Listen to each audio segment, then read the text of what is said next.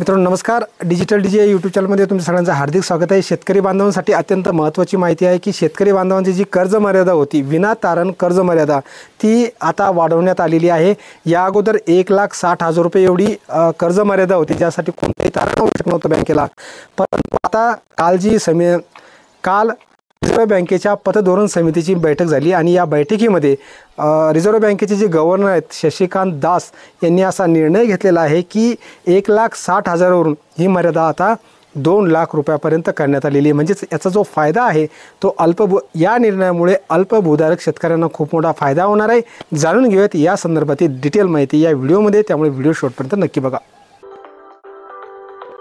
RBI monthly mandatory policy announcement या ठिकाणी जी घोषणा करण्यात आलेली आहे त्या संदर्भात सविस्तर माहिती देण्यात आलेली आहे.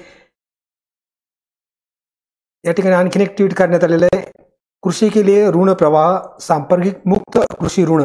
तर या ठिकाणी एक लिंक दिलेली आहे, लिंकवरती क्लिक करताच या ठिकाणी अशा प्रकारचं एक लेटर ओपन होतं. या ठिकाणी तुम्ही तारीख बघू शकता, 6 December.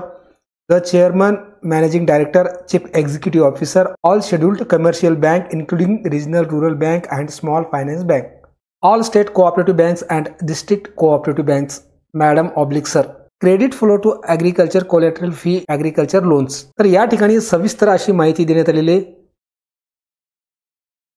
Keeping in view the overall inflation and rise in the agriculture input cost over the years, it has been decided to raise the limit for collateral fee agriculture loans, including loans for allied activities, from the existing level of 1.6 lakh to 2 lakh per borrower.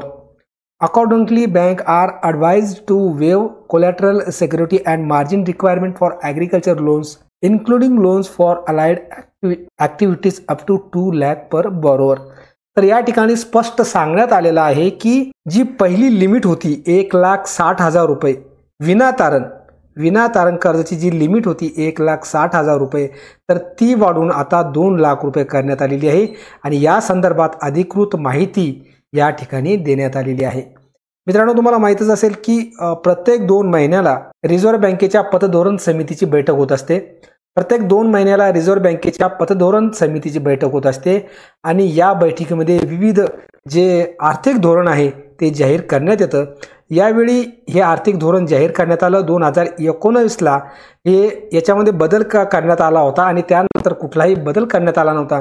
आता मात्र 2024मध्ये हे जे विनातारण कर्ज आहे ते वाढवून देण्यात आलेलं आहे.